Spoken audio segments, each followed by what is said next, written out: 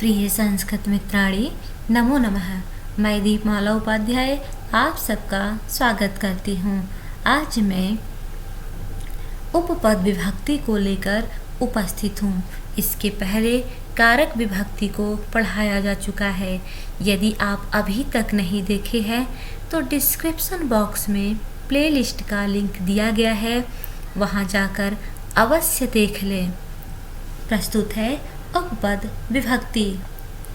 सर्वप्रथम जान लेते हैं कि उपपद विभक्ति किसे कहेंगे। जब वाक्य में किसी विशेष पद के कारण, ध्यान रखिएगा, किसी विशेष पद के कारण कोई विशेष विभक्ति लगाई जाती है तो उसे उपपद विभक्ति कहते हैं। इसके पूर्व कारक विभक्ति में हम लोग पढ़ चुके हैं कि वहाँ पर कारक चिन्ह दिया हुआ है और उस कारक चिन्ह के अनुसार ही हम निर्धारित विभक्ति का प्रयोग करते हैं। जैसे कर्ता में ने चिन्ह है तो वहाँ प्रथमा विभक्ति का प्रयोग करेंगे। कर्म में को चिन्ह है तो वहाँ द्वितीय विभक्ति का प्रयोग करेंगे। करण में से चिन्ह है तो तृतीय विभक्ति का प्रयोग करेंगे। लेकिन उपपद विभक्ति के अंतर्गत दिया गया है विशेष पद।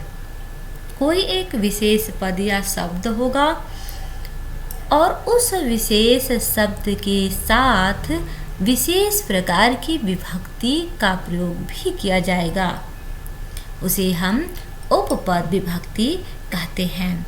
उपपद विभक्ति कितने प्रकार की होंगी तो द्वितीय विभक्ति से लेकर सप्तमी तक होगा। यहाँ पर कर्ता अर्थात प्रथमा विभक्ति का प्रयोग नहीं होगा, प्रथमा कर्ता के रूप में होता है। द्वितीय से लेकर सप्तमी तक का रूप हम लोग यहाँ पर देखेंगे। अर्थात विशेष पदों के योग में विशेष विभक्ति लगाई जाती है, कारक चिन्हों के अनुसार नहीं। अब यहाँ पर उपपद विभक्ति के अंतर्गत कारक चिन्ह हो या न हो, हमें उससे कोई अंतर नहीं पड़ता। केवल हमें उन विशेष पदों को देखना होगा कि उन विशेष पदों के साथ किस विभक्ति का प्रयोग किया जा रहा है। दूसरा है कि वचन का निर्णय वाक्य के कुल अर्थ पर निर्भर करता है। अर्थात वहाँ पे किस वचन का प्रयोग होगा इसका निर्णय वाक्य के अर्थ पर निर्भर करेगा। जैसे हम कहते हैं कि विद्यालय के चारों ओर वृक्ष हैं, तो विद्यालय के चारों ओर वृक्ष है। अगर चारों ओर शब्द कहा गया इसका मतलब है कि चारों ओर कोई एक वृक्ष नहीं होगा, निश्चित रूप से बहुत सारे वृक्ष होंगे। तो यह क्या हो जाएगा, इसका अर्थ में बहुवचन का प्रयोग हो रहा है, तो वहाँ पर हम बहुवचन के वाक्य रचना करेंगे। आइए देखते हैं क्रमशः द्वितीय विभक्ति से सप्तमी विभक्ति तक के वाक्यों को। द्वितीय विभक्ति के अंतर्गत जो विशेष पद है वो ये दिए गए हैं। परितः, परितः अर्थात चारों ओर, समया समीप, निकषा नज़दीक, प्रति ओर, बिना, अलावा, उभयतः दोनों ओर और धिक, धिक्कार है। तो ये विशेष पद हो गए।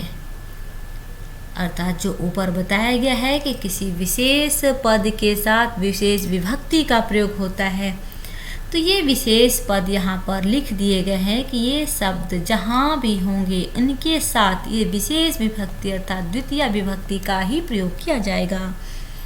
अर्थ को जान लेते हैं। परितः अर्थात चारों ओर, सर्वतः सभी ओर, उभयतः दोनों ओर। एक और शब्द होता है अभितः। अभितः मतलब भी दोनों ओर होता है। सर्वतः मतलब सभी ओर। समया निकषा दोनों का अर्थ होता है समीप। प्रति मतलब ओर, बिना, अलावा, धिक, धिक्कार के साथ द्वितीय विभक्ति का प्रयोग होता है। अब यह इन शब्दों को आप लोगों को जान लेना चाहिए कि ये शब्द जहाँ भी होंगे वहाँ पर द्वितीय विभक्ति का प्रयोग होगा।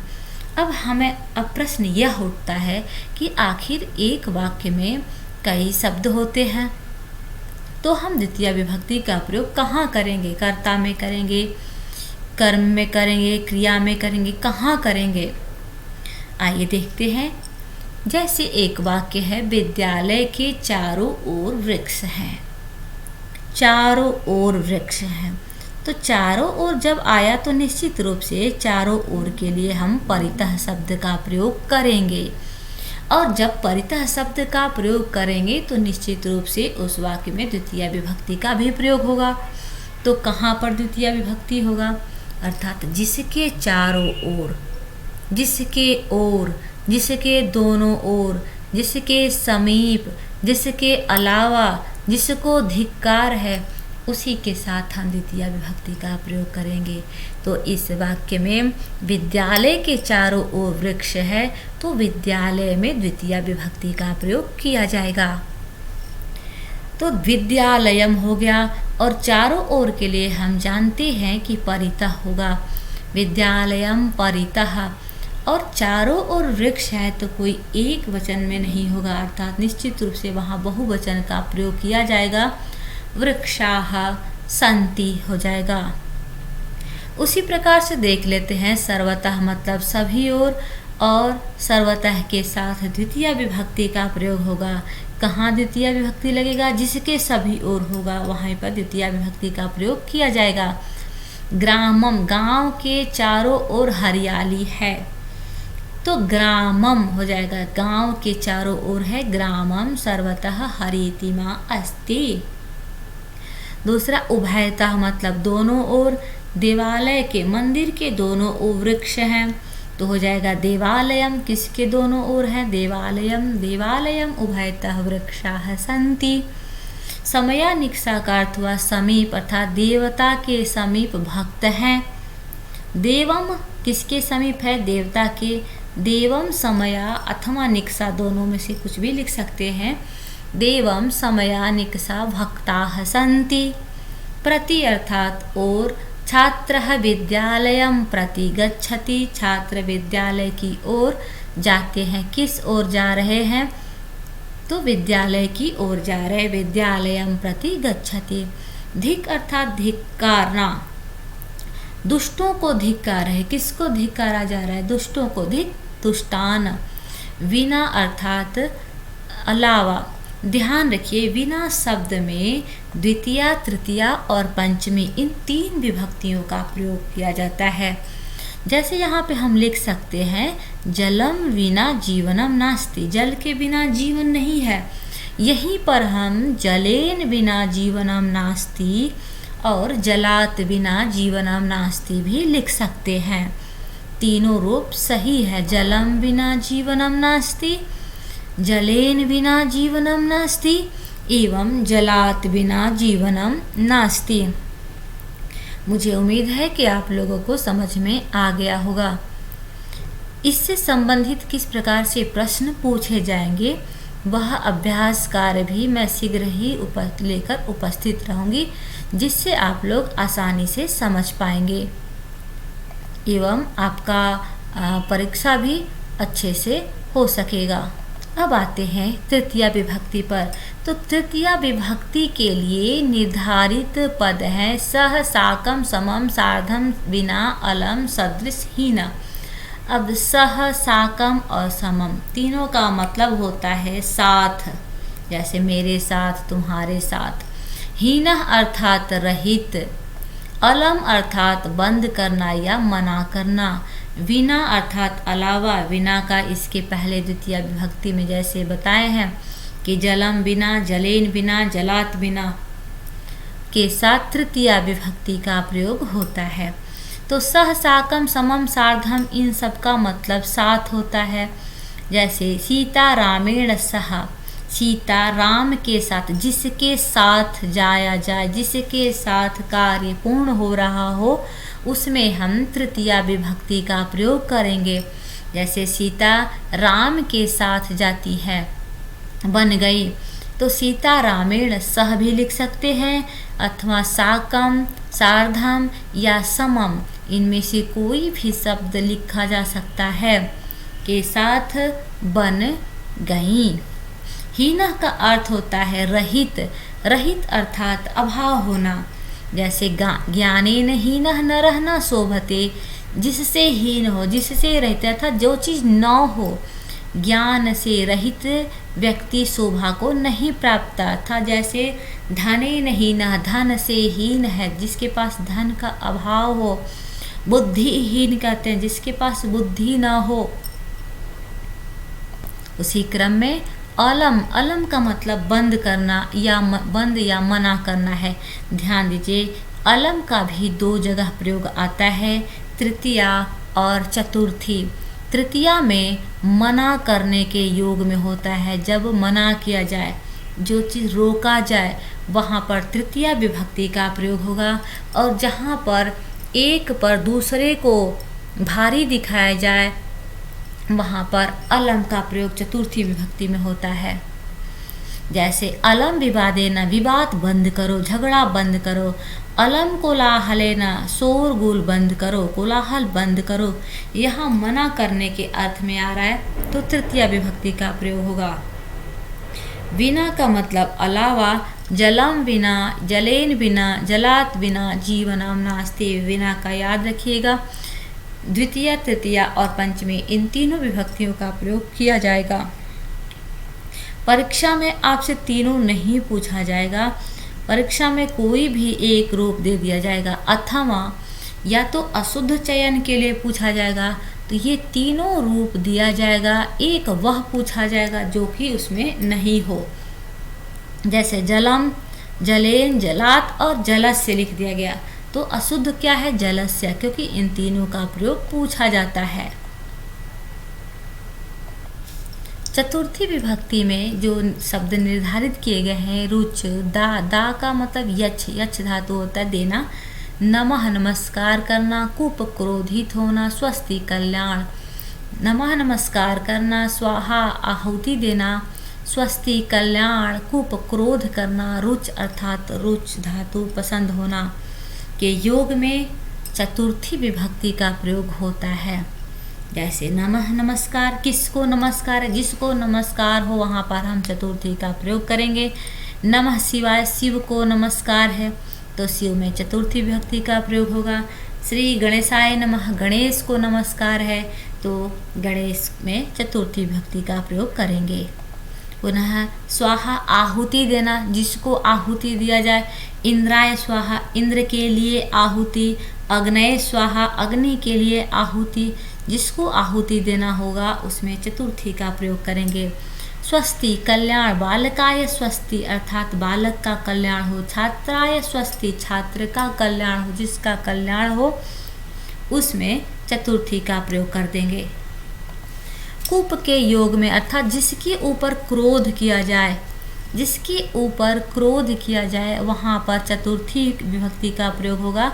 जैसे शिक्षक शिष्य पर क्रोध करता है तो किसके ऊपर क्रोध किया जा रहा है? शिष्य पर। शिष्य में चतुर्थी विभक्ति का प्रयोग कर देंगे। शिक्षकः शिष्याय कोप्यति। अलम, अलम का अर्थ होता है पर्याप्त। इसके पहले हम लोग तृतीया विभक्ति में भी अलम पढ़ चुके हैं, जहाँ पर मना करने के अर्थ में था कि कोलाहल बंद करो, शोर मत करो, झगड़ा मत करो। इस अर्थ में तृतीया विभक्ति का हम प्रयोग करेंगे।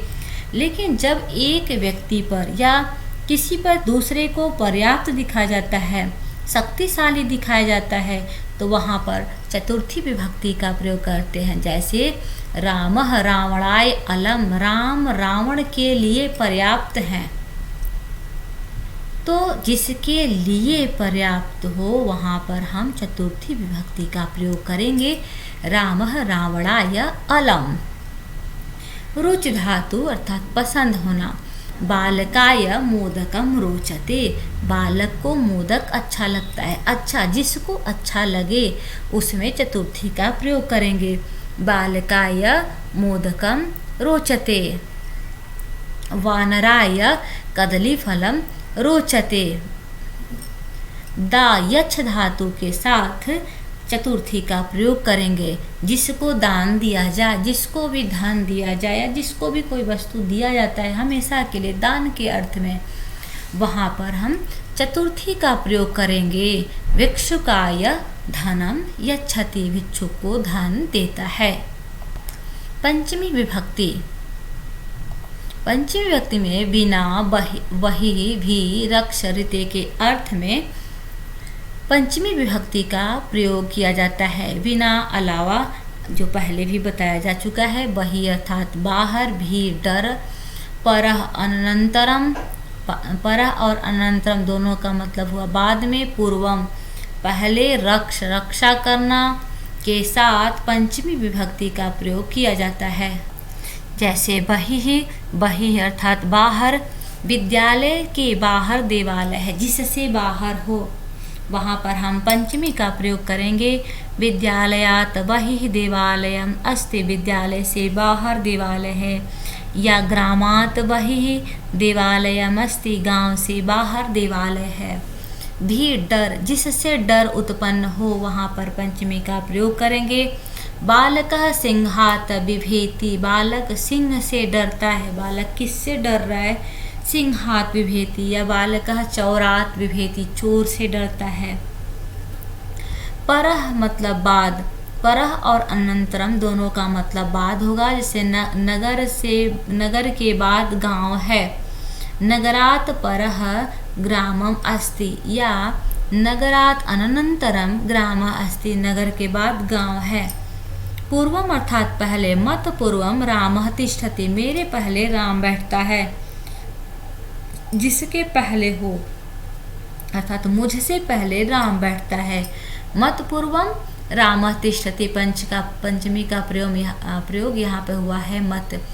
रक्ष अर्थात रक्षा करना, पिता संकट से पुत्र की रक्षा करते हैं। पिता संकटात् पुत्रम रक्षते, जिससे रक्षा हो, वहाँ पर पंचमी का प्रयोग होगा।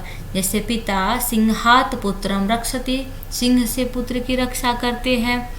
पिता चौरात पुत्रम रक्षति, पिता चोर से पुत्र की रक्षा करते हैं।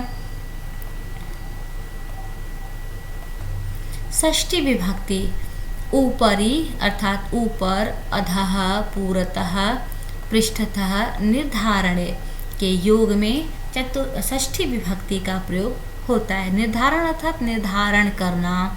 पृष्ठतः पीछे से, पूरतः सामने से, वामतः बाएं से, दक्षिणतः दाहिने से, ऊपरी ऊपर से, नीचे अधा नीचे के साथ षष्ठी विभक्ति का प्रयोग होता है। याद रखना, ऊपर नीचे बाएं दाएं आगे पीछे, याद रखना, ऊपर नीचे बाएं दाएं आगे पीछे षष्ठी, यहाँ पर षष्ठी विभक्ति का प्रयोग होगा। अब निर्धारण करना क्या होता है? जब हम निर्धारण करते हैं कौन श्रेष्ठ है, यदि हम कहीं तुलना करते हैं, जैसे बालकों में राम श्रेष्ठ है, तो हम निर्धारण कर लिए कि जितने भी बच्चे हैं वहाँ पर उन बच्चों में से सबसे अच्छा राम है।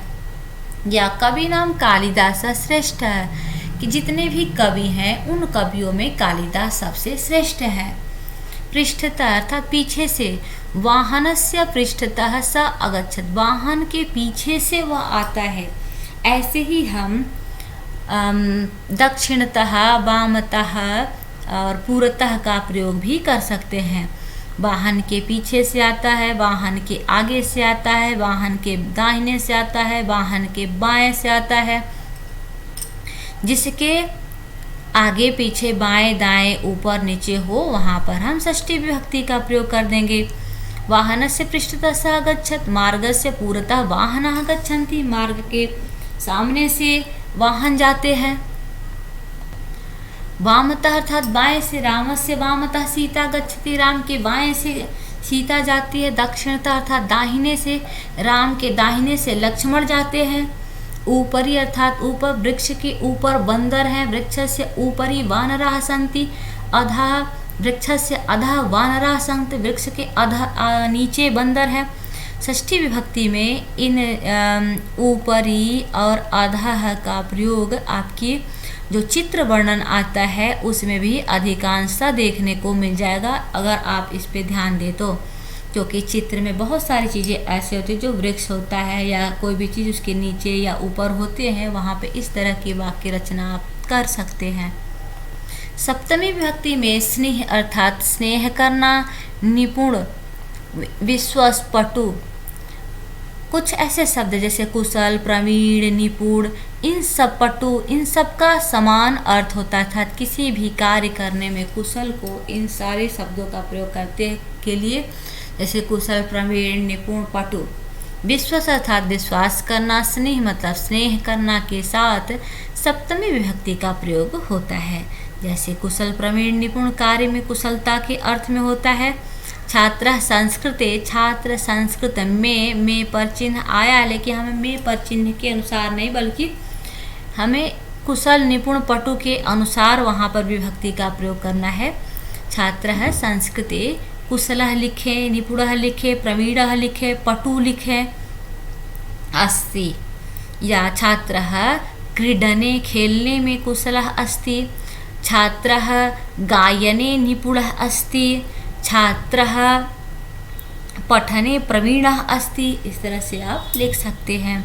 विश्वास अर्थात विश्वास करना, जिसके ऊपर विश्वास किया जाए और जिस पर स्नेह किया जाए, जिससे प्रेम किया जाए, उसमें हम सप्तमी विभक्ति का प्रयोग करते हैं। जैसे छात्र शिक्षक पर विश्वास करता है, विश्वास किसके ऊपर हो रहा है? शिक्षक पे, तो शिक्षक में सप्तमी का प्रयोग करेंगे। छात्र शिक्षके विश्वसिति। वहीं पर स्नेह, शिक्षक क्या करता है? छात्र से प्रेम करता है, स्नेह करता है, तो शिक्षकः छात्रे स्नेह्यते। शिक्षक छात्र से स्नेह करता है। मुझे उम्मीद है कि आप लोगों को समझ में आ गया होगा। यहाँ पर उपपद विभक्ति पूर्ण हुआ। उपपद विभक्ति से संबंधित अभ्यास कार्य को लेकर भी मैं उपस्थित रहूँगी। तब तक के लिए नमस्कार, धन्यवाद।